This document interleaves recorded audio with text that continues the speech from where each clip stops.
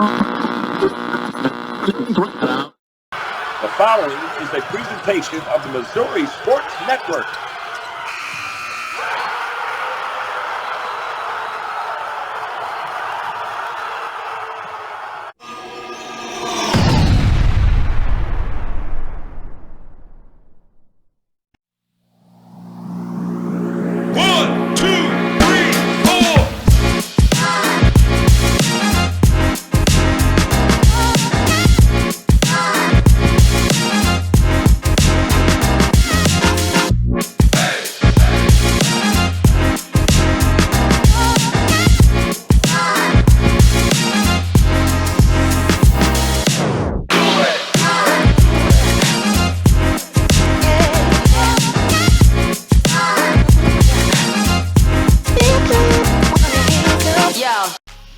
Welcome back, everyone, to a new edition of Huddle Up here inside the Bambino's Cafe, fine Italian dining studio.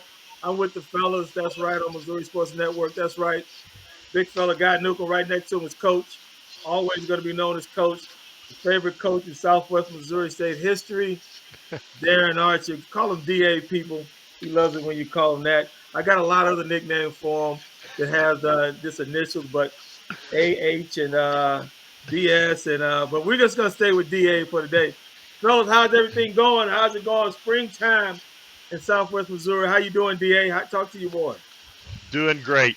And despite all the acronyms and letters in front of my name, or as a result of my name, having a good week, and hopefully the weather holds off, doesn't get too bad this weekend. Sounds like we're going to get a little, but really enjoying this spring so far. Big fella, what's up with you, Guy? How you doing, man? Talk to you, boy. Hey, I'm doing great. I hope we get some rain tomorrow. I put my garden in, so I got tomatoes growing, and I've got some other things in the garden. Except for Stinking was over there working on it today, stepped in a hole, and hell, I went down like a fat kid on the teeter-totter, but twisted my ankle. But I am ready to talk some baseball and some spring sports and whatever else is on your mind. Good deal with the green thumb it is. Well, let's jump into it. Cardinals played today, got a victory, ended up taking the series. Ended up 11-14 now. Beat the Diamondbacks. Good come from behind victory. They sent some people down and was kind of not really a surprise, but Jordan Walker's going to have to figure this out. Either he's going to be a player for the Cardinals or they're going to give him probably another year. But, he was batting in the mid-100s, and it's just not a good look for him right now. What do you think about that? Well, they did the same thing almost on the same date a year ago, but he was hitting 270 a year ago when they did it. Now he's hitting about $150. I think he's still kind of getting used to playing in the outfield, and that's another thing the Cardinals are going to have is they're about to get some guys back. Tommy Edman and Dylan Carlson. They're going to have to make room in the outfield anyway for him. So they've kind of sent him down right now, and I think and you're seeing a lot with Goldschmidt, and he's 36 years old. He's batting 170. Maybe that's a position next year that Jordan Walker can fill in, playing on the infield, because he's not a right fielder. And I think you carry that defense into your at bats, and I think what you've seen with Jordan Walker, although not many of them are hitting right now at all, but it's something where you're just going to see a logjam as those guys start to come back. Yeah. What do you think about the Cardinals, and do you think they got a chance right now? I mean, it's early in the year.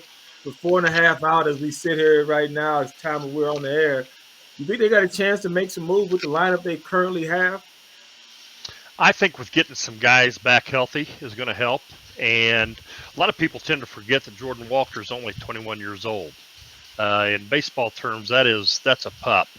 And you see a lot of teams maneuvering people right now, calling younger guys up, giving them some run early in the season so guys don't get hurt, trying to keep legs and arms fresh. And it's a marathon, not a sprint. So I would imagine here the next 3 or 4 weeks, we're going to see a lot of that across the board with everybody.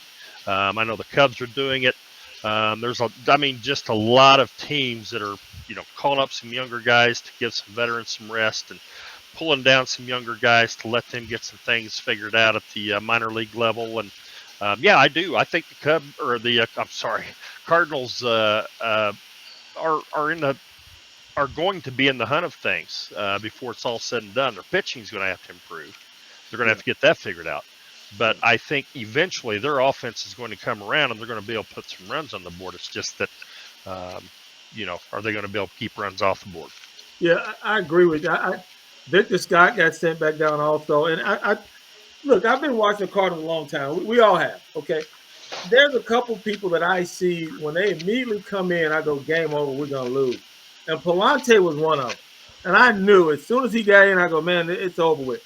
And it's been like there's a couple pitchers like that throughout the years.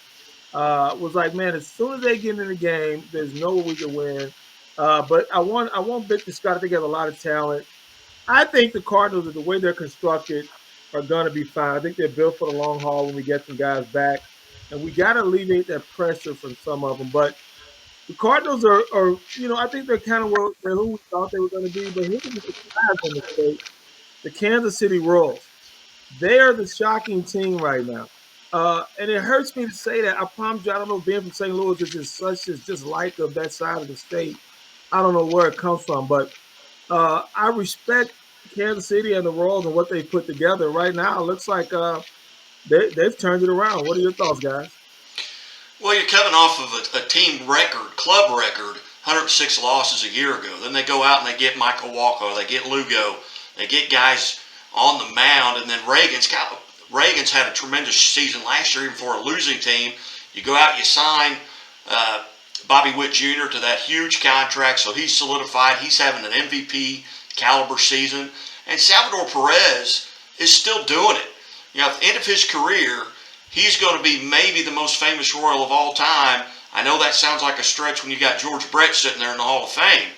But, to the people that were born from between 1995 and now, it's going to be Salvi Perez because they never saw George Brett play. And so I could see that kind of happening. He's a Royals Hall of Famer, and right now he's a baseball Hall of Famer. One of two catchers to hit 50 bombs in a year. He just passed Joe Torre for number 10 on the all-time list for catchers home runs. So if he can stay healthy, I think he's got a chance to be a first ballot Hall of Famer with what they're doing. And I know that whole voting thing with what they're trying to get moved, that kind of backfired on the Royals just a little bit. But they've got 11 or 12 quality starts already this season. They didn't have that many all of last year. So they're pitching right now, and they got the number one run differential in Major League Baseball. So they're also putting up runs. So and now they haven't played anybody really yet. I mean, they played the White Sox 6 times, who are maybe the worst team in baseball. But who knows? I think they can stay there for the long haul. They're not going to lose 100 games. DA, do you believe in that? DA, before you get going, DA, I need to get to counseling, right, for the 85 World Series. I really need to let that go. Okay, I really can't let that go. And I haven't sought counseling, but I think I need to seek someone. And so does Guy, the Scoreboard Nuker. Whenever he says Salvi Perez is gonna be the best, the most known Royal in all of history, come with me, my brother. We shall seek counseling together. Look, I never saw Lou Brock play, but he's well known. I didn't know who Stan the Man was. He was well done before I was born, but he's still the man. And my goodness, Bobby Gibson. Come on, guy, just because people weren't born don't mean they don't know him. Then rest in peace to the White Rat also, who passed away this past week, and Whitey Herzog, since we're on that. But let me get back to the Royals. I just had to say, Guy, I got a number for you. We're going to call him after we leave here and go to council. But DA, do you think the Royals can keep this up? I do if they stay healthy. And you can kind of see things when they signed Witt to that long-term extension. They started making some pretty wise moves in the offseason to pick up some good arms and some good veterans to go along with that young group and some leaders in the clubhouse. So I didn't think it would be this good, but I didn't think they would be as bad as they were last year. And they've kind of caught fire and have people excited up there in Kansas City. And you know how that generates electricity and some good mojo and positive vibes out on the field. And team gets started like that early and can maintain, and like I said, they've got to stay injury free for the most part. But I like this team and the way they're composed. I agree with that. I agree with that. We'll see. We'll leave it at this. Talk to me June 1st. And I want to see where both these clubs are June 1st, and then I'll make a pretty serious evaluation then. On the collegiate side, both of our big our schools here, the flagship Mizzou baseball is struggling, and my alma mater here, Missouri State, is really struggling also. Guy, Mizzou has a 3-game set coming up with Tennessee, but outside of a couple individuals hitting the ball, what do you think about Mizzou baseball right now? Well, they've got the same problem as the Cardinals and Missouri State have. They're not getting pitching. Their team RA is over five, almost 6 points. They've got one guy, in the lineup that's hitting 359. There's nobody else over 279 in that lineup. So they're not able to get offensive numbers put up. Now that's in SEC play. But their team batting average in the SEC is 205. That's the Mendoza line. Yeah. So they're struggling hitting the ball and throwing the ball. And they've got, Missouri State's the same way. They've got Evansville on Friday, Saturday, Sunday, and they're playing at Evansville. But outside of Zach Stewart, who's hitting 333, he's got 16 home runs, 39 RBIs. And if you haven't been out to see him, you need to, because he becomes draft eligible at the end of this year. And so he's probably going to be a first-round pick and not around. But their team batting average is 276, 70 points higher. They're struggling with pitching, and they had a lot of those guys at the back end of the bullpen coming back. They had a guy a Friday weekend guy that may be the pitcher of the year in the conference, but outside of him, there's nothing. He's 6-0. He could be 9-0. In conference play, but they haven't been able to hold leads. So, they're struggling as well. And it's Keith Gutton's kind of swan song here, as he's made it known already that he's retiring at the end of the year, and I would like to see him go out on a winning note. He's the coach with the most active wins in NCAA baseball right now. Wow, that's very interesting. I didn't know that. Peter, there's a nugget from the Scoreboard Guy. Guy, let me ask you a question here. If you had to take some of the area high school teams that you think can make a run to win the state championship, who would you say they were? Well, you got your usual suspect in Willard there. Willard's been to 5 out of the last 6 Final Fours. Glendale's really good offensively. Rogersville's been to 2 of the last 3 Final Fours. Now, they lost a bunch off of their team last year with Curry Sutherland, who's pitching at Missouri State right now, also playing a very good third base. But somehow he's been able to just kind of, coach those kids up, and Rogersville they'll be in the middle of it. They'll be in the thick of it. Nixa is playing very well. They went to a Final Four, a year ago in Class 6. Francis Howard, the St. Louis area, is playing very well. Liberty North, I got to see them down here in the blue and red baseball tournament that Glendale puts on. They've got a couple, SEC commits on their team. In the small schools, it's the usual suspects. It's St. Elizabeth, who was there last year in Class 1. It's Orion, who still, they set the record or hold the record for the most Final Four visits at 11. Orion High School, and I'm not even sure where it's at.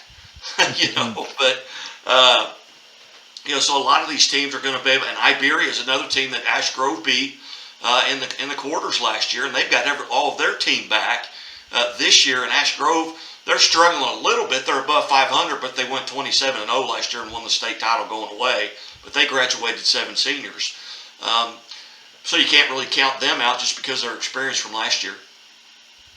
Yep. Well, we got some teams to look forward to watching play here. If you can get out, go support them. Hey, we appreciate it. That's our first segment here on Huddle Up on Missouri Sports Network inside the Bambino's Fine Italian Cafe studio. Hey, don't go anywhere. We'll be right back. We're going to talk about this NFL draft that's coming up. What the Chiefs should do is Mr. Rice going to be on the Chiefs roster next year? I think he will be, but if so, how many games will he have to sit out? We're going to get into some of the NFL draft when we return. Don't go anywhere. We'll be right back on Missouri Sports. We believe banking should make your life greater. It starts with affordable options to meet today's needs and tomorrow's dreams. From smart account options that fit your style to flexible loans for what comes next. It means convenient ways to access and manage your money whenever you need it and wherever you're headed. Most of all, it takes great support. Someone you can count on for trusted guidance and to be there for you every step of the way. Great options, great convenience, great support. For life. Great Southern Bank. Understanding what really matters. The Walnut Street Inn is located in the heart of Springfield on historic Walnut Street, just blocks away from the Missouri State Campus, Hammonds Field, Great Southern Arena, and downtown Springfield. The Walnut Street Inn features newly remodeled rooms, breakfast served daily, and a friendly, accommodating staff. The Walnut Street Inn is also a great venue for private events. Book your stay or get more information at walnutstreetinn.com or call 417-864-6346. Yeah, just let that music hit you. Let that hit you. Let that hit you. Guy, you up. You first on the mic. Let's go. Let's wrap it out. Here we go. DA, you next. Okay, let's not do that. All right, here we go. Let's not do that. Welcome back to Huddle Up on the Missouri Sports Network inside of Bambino's Fine Italian Dining Cafe. Hey, you know, one thing about the world that has changed with the social media platforms and everything, sports never goes away. And if you can deal with talking about the Cowboys every day on some of these channels or whatever, then you'll be in hog heaven, because football never goes away. It's here to stay. And next, mini camps will be coming, and we'll be talking about Aaron Rodgers. But in this part of the country, in this world, we talk about the Kansas City Chiefs, and I should not say it like that. I should say the two-time defending champions, Kansas City Chiefs, and who they're going to be looking at in this upcoming draft. There's some news front on the coaching front. They got a coach, got a new contract. We got a wide receiver in trouble. We got Travis Kelce getting older. We got the quest for a three-peat, DA. Kansas City's in a good spot. They play in one of the best stadium atmosphere in the league. They got what is arguably the best quarterback in the history of sport. And they got what is probably right now undeniable one of the top 2 or 3 coaches of all time, DA. What are your thoughts about Kansas City and what they might look for in this upcoming draft? That's a tough question. I think they've got to go with the best wide receiver or offensive lineman available, depending on where either one falls at that point in time. And to be honest with you, if there's some people on the board that they think are first-round draft worthy that can slide down to a spot, they may be able to trade to get a couple of picks in that second round, potentially, just by trading up even at the 32nd pick. So it'll be interesting to see. They've hit the lottery the last several years in the draft, and especially mid-draft and in the later rounds. They've really done their homework and done a good job and hit on, Isaiah Pacheco comes to mind. I mean, who would have thunk it? And I, that's why I think it's going to be very important for them to keep hitting on all cylinders throughout that entire draft. And, the defense, there's going to be some holes that they're going to have to plug, especially in the back or the defensive backfield. But, gosh, I really think their first priority has got to be either be an offensive lineman, regardless of where it is, and shoring up that wide receiver position. I think you're 100%. I think you nailed that evaluation, because I really think the Chiefs got away with poor offensive line play.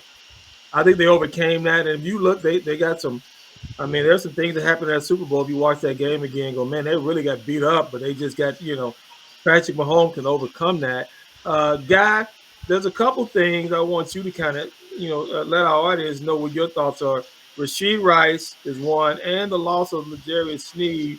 What are your thoughts on how the Chiefs make up for that, and how big of a loss is that? The loss of Sneed and Rice. How long do you think he'll have to sit out? Well, I tell you what, I think he's probably going to have to sit out at least 6 games. I think he'll get a 6-game suspension, maybe an 8-game suspension, which would be virtually half the season. He's very fortunate nobody was killed in that, and he's this is a guy that made $6 million. And you figure out, okay, what's the federal government taking? What's his agent taking? And $6 million is a lot of money. But now today another lawsuit was filed against him by one of the other people in the accident. So he's going to have some out-of-court settlements. He hired the best attorney in Texas, and one of the top 10 in the country, and he's probably charging him $1,500 an hour just talk to him. Plus, he's going to get sued by the people they rented the cars from.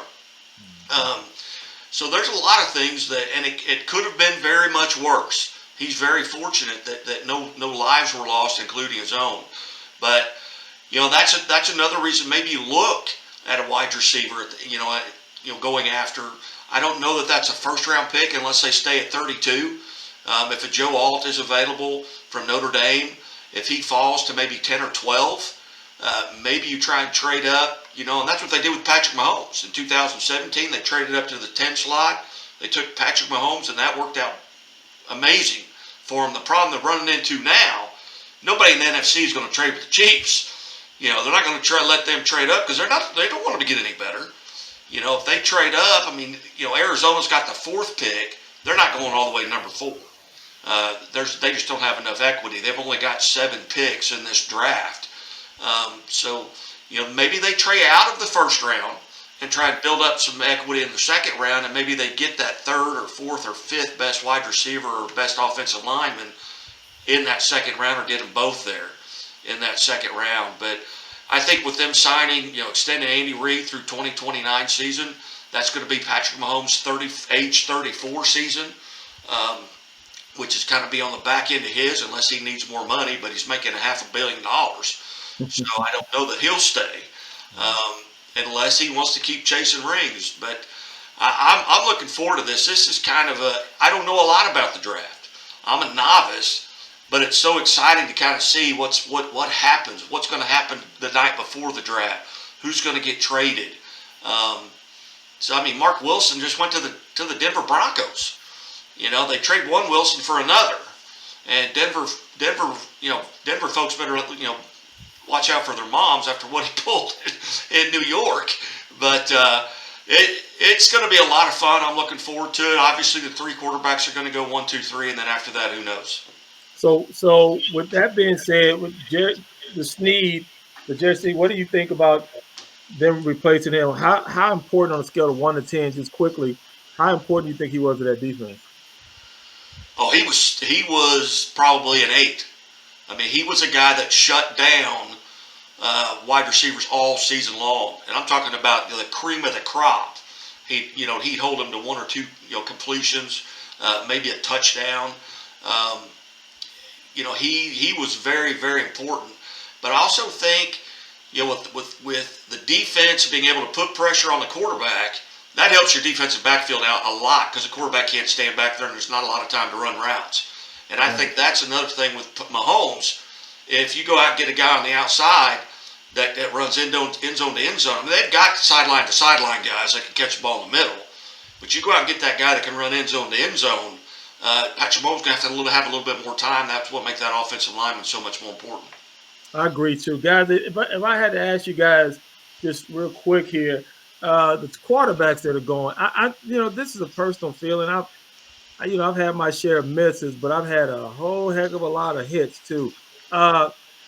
Caleb Williams, to me, I don't know. He played at USC. There's a lot of comfort in that, playing at that. USC quarterbacks don't tend to really translate into good pros. And if he does go to Chicago, man, that's a tough environment to play up there in that weather. It's just a whole different beast. I was never impressed with Drake May. Never was. I've seen him play half a dozen or maybe even a little bit more times in college. Just didn't think he has the presence. He reminded me a little bit of the Wilson kid, just the makeup of him. Look, there's a lot of things I look at, just intangibles, like does he have that dog in him? And I really wasn't. I don't know. Those two kind of I'm not really sure how that's going to play out, and I'm not really sure how our Heisman Trophy winner is going to play out either. He reminds me of another Bryce Young, just kind of small. He's a little bit taller, but just that body build is just not made to stick in this league long. What are y'all thoughts about the quarterbacks coming out? Well, I'm not really a fan of the kid out of USC. I just, he kind of quit halfway through the year, and he kind of gave up on his own team. And he was making all kinds of NIL money. I like McCarthy out of Michigan. The kid's a winner. He went 6 games this year without his head coach and play caller, who was suspended. I would think he'd be, that number 3 guy. But a lot of mock drafts don't have him number 3. They've got him going down maybe as deep as number 6. And then you got to look at who needs quarterbacks. The Jets, they may need a quarterback. I mean, he only played four plays last year. He's coming off of a very brutal injury in that Achilles tear. We're talking about Aaron Rodgers. That's at his age at 41. So they may be needing a quarterback as well. I don't think Denver starts the year with Mark Wilson as their quarterback. They're probably looking at a quarterback, and Minnesota obviously needs a quarterback. So you got a lot of guys that need quarterbacks. So we'll see how far the offensive linemen fall. This is a very deep wide receiver draft and offensive lineman draft. So we'll see if they can push that, and that favors the Chiefs because they don't need a quarterback. So we'll see what it's going to be interesting to watch. DA, if you can line up the quarterbacks 1, 2, and 3, who you got? And 4. Gosh, probably Daniels number 1. Oh wow. Yeah, and here's why. I think he's your prototypical RPI guy right now. It's the league has kind of shifted to that, and I just think he can, if he can take the hits, he's gonna benefit from that type. I think McCarthy's 2. Okay. He may almost be a 1B. Okay. And then I think you've got to put Caleb Williams in there. Evidently, the scout sees something that we missed this year. Yeah. You know what I'm saying? Yeah, absolutely. I'm kind of like you. He's a great talent, but he just, I guess, just he didn't jump out of the TV at me and me think, whoa, man, that guy's, yeah. USC, man. Yeah. That's it. So I don't know. I think the get out of this whole draft is going to be Marvin Harrison Jr. Yep. In my opinion, I think he is by far the most talented player in this draft, and he will be a difference maker right out of the box. Immediately. Yep, I agree with you. Hey, I think that's a good roundup here for the NFL draft. What I do want to make sure before we close out this segment of Huddle Up, I want to make sure that we give an update on a coach, Cardinals Words, coach that had a health issue, a medical issue during the state championship weekend. Guy, you got an update for me? Yeah, I'm talking about Dan Roethlis. He's the head coach in the Incarnate Word, and after their semifinal game, as he was going up the stairs at Mizzou Arena, he collapsed, had a major cardiac event. His wife was there, and she is a nurse, and performed CPR on him for 90 minutes before he got to the hospital. He was sedated, obviously, for about 10 days. Then they moved him finally to Barnes Jewish Hospital in St. Louis, was where he lives. And this past week he got to go home. So thoughts and prayers still to the Roethlis family and that Roethlis community, or that Incarnate Word community. But he is at home. Actually texted him today. I'm going to try and visit with him and just let him know that we've been praying for him, and a lot of people down here in Southwest Missouri are interested. That's awesome. Guy, thank you for the update. Gentlemen, it's been another great show. Love you guys. Hey, we be doing our thing on here. That's a bad way to put it, but we be doing our thing on here, right? Hey, make sure y'all tune in. Tell a friend about Huddle Up here on the Missouri Sports Network, inside of Bambino's Fine Italian Dining Cafe. Hey, gentlemen, it's been another good segment and another good show. I'm going to tell the audience peace, and we're going to run up out of here. Guy, tell us what you got coming up next, big fella. Hey, coming up next, we have the lead writer from Chiefs Digest, Matt Derrick, who's a Springfield native, went to Springfield Hillcrest. He now lives in Kansas City. He's going to come up and kind of update us on his thoughts on the draft. He will be in the interview room during the draft and be doing Zoom interviews with everybody that the Chiefs draft. But stay tuned. He's coming up next. All right, everyone. Hey, everyone be safe out there. We'll see you again next week on Huddle Up. Peace. RS family of SUVs has it all. Whether you want the 10.2-inch diagonal color touchscreen standard on Blazer or extra peace of mind with Chevy Safety Assist, take your pick. The choice is yours. Find new roads at your local Chevy dealer. welcome back to Huddle Up here in the Bambino's studio. That's always presented by Great Southern Bank and Chevrolet. We welcome to the show, not unfamiliar with the show, but from Chiefs Digest, the lead beat writer and publisher of Chiefs Digest, Matt Derrick. Matt, how are you, sir? I'm doing pretty well, Guy. Getting ready for a busy couple of days and a busy week, but doing very well. Thank you. Hey, outside of obviously the NFL playoffs and the Super Bowl, is this your most favorite time of the year? It's up there. I mean, definitely draft week is a lot of fun. If not for other reason that it's been a while since everybody's been together. Really, the last time that all the reporters and the media and people from the team were together would have been the Super Bowl. So it's kind of a chance. This is the beginning, really, truly, to me, for the NFL season. Everything's in the past is over. Now we're kind of back at work. And I do always say, I mean, my favorite day of the draft is always the first day, and my least favorite is Saturday, because Saturday, by the time it gets here, it is dragging. So that's my least favorite day of the week, but this is definitely a fun time. Well, let's talk about that first day. The Chiefs right now sit at pick number 32. What are some options there, including maybe moving up, and maybe go back to that 2017 draft where they moved up to number 10 to take Mahomes. Do you see anything like that maybe occurring? Yeah, I mean, it would cost a lot to get into the top 10 like the Chiefs did there. And honestly, it would probably be about an equivalent deal. That was 2 first-round picks and a third-round pick to go from 27 to 10. You're looking at the bare minimum to do that, to get into the top 10 this year from 32. Might even have to throw in another pick if the Chiefs wanted to get into the top 10. And, Brett Veach, when I asked him on Friday if that was an option, he said certainly, if they've got a player who one of the top 5, top 6 players in the draft and they start falling, they're ready to go. And they've had discussions in the past about doing it. It just hasn't come to fruition. So, no, I don't think there's any doubt. I mean, if there's kind of 2 groups. There's that top 5 players. If one of them starts dropping, Brett Veach will get interested. And then they've got about 16 to 18 players that have true first-round grades. And if they get into the low 20s and one of those 16 to 18 players like Trent McDuffie was, I mean, Brett Veach will get on the phones there and start trying to make a deal to get one of the players that he likes. And again, Matt, identify what you believe maybe are the top 2 or 3 needs. I mean, you've heard folks talk about the left tackle, the wide receiver, maybe even later on, maybe looking at Travis Kelce's replacement, down the road. Where do you sit with regards to their top 2 or 3 needs?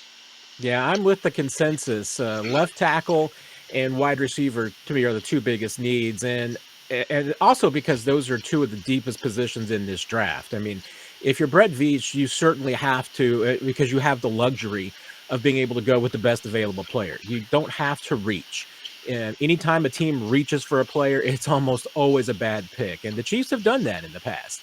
Brett Veach's first pick back in 2018 when he took Breeland Speaks, that was a reach because the Chiefs needed a defensive end. They didn't have one available, didn't have a first-round pick. They kind of got stuck. And then once you get into that mindset that you have to have a certain type of player at a certain position, you're bound to make mistakes. And so this is a case, hey, if the Chiefs stand pat at 32 and this becomes a draft where teams are going all in on tackle and suddenly the top 8 tackles are gone by the time the Chiefs get on the board, you have to be willing to abandon the plan. And you look at receiver, look at cornerback, look at another position wherever the best player that you've got on your board at that point is, you got to consider that because you've got to get value. You can't just take a player for the sake of drafting at a position. And this draft, I think there is some flexibility because even if the Chiefs, worst case scenario, they don't get a left tackle, they don't get a receiver at 32, there are quality players in the second round at both those spots. There's going to be quality players at wide receiver in the 3rd and 4th rounds, I think. So, there are going to be opportunities for them to circle back without forcing it. Do you think maybe there's also maybe some pushback, especially with AFC teams, about trading with the Chiefs? Why would we want to make them better? They're already back-to-back Super Bowl champions, and maybe not so much out of the NFC, but do you find any of that, or is that something where you've got your ear to the ground, obviously? Are you hearing any of that? It's interesting because I do think there's a couple of categories, and there's one category of teams that just don't want to trade, first round picks, and if they do, they only want to trade up. They don't want to trade back. So that makes it difficult. There's some teams you just can't deal with, and there's some general managers who are open to anything. Brett Veach is obviously open to anything. He'll listen to any and every offer, and he'll make any and every offer. But there's no doubt. I mean, especially when you're talking like at the first round of the draft. There's certainly some divisional, differences. So I couldn't imagine the Chiefs, the Broncos, Chargers, and Raiders ever making a trade amongst each other. I mean, there's just, especially with the Chiefs and those three teams, it gets it trickier with the AFC teams, and for sure. And the Chiefs have had a lot more success, talking with NFC teams about trying to make a move and get up. So that's what I would circle. I mean, especially, if you're the Chiefs and you're looking at a couple of spots, if you want to dream big and, the Chiefs, hey, my best case scenario for the Chiefs would be go get Joe Alt from Notre Dame to be your left tackle of the future. You'd probably have to get to number 6 in the Giants in order to get that pick, because I think that's about the only place that you really could, unless he starts to slide. And then, in the 20s, if the Chiefs want to move up to get a player, Green Bay at 25 is the kind of the middle of the stretch of NFC teams that it would probably be a good place for them to target, because Buffalo at 28 is going to probably be interested in some of the same players that the Chiefs are. And Buffalo's not going to trade with Kansas City for not a first-round pick, not again. So, yeah, I do think that there are some teams, and certainly in the AFC, that reluctance goes away later in the draft. If it's the 4th and 5th rounds, that kind of goes away. But in the first round, yeah, I mean, it's going to be difficult for Kansas City to find a trade partner. How much of the Rashee Rice situation that's going on right now, where they really don't know if he's going to be available week 1, and he may be available week 1, 2, and 3, and then may get suspended, depending on what happens in the court system. How much do you think that'll play into what the Chiefs do?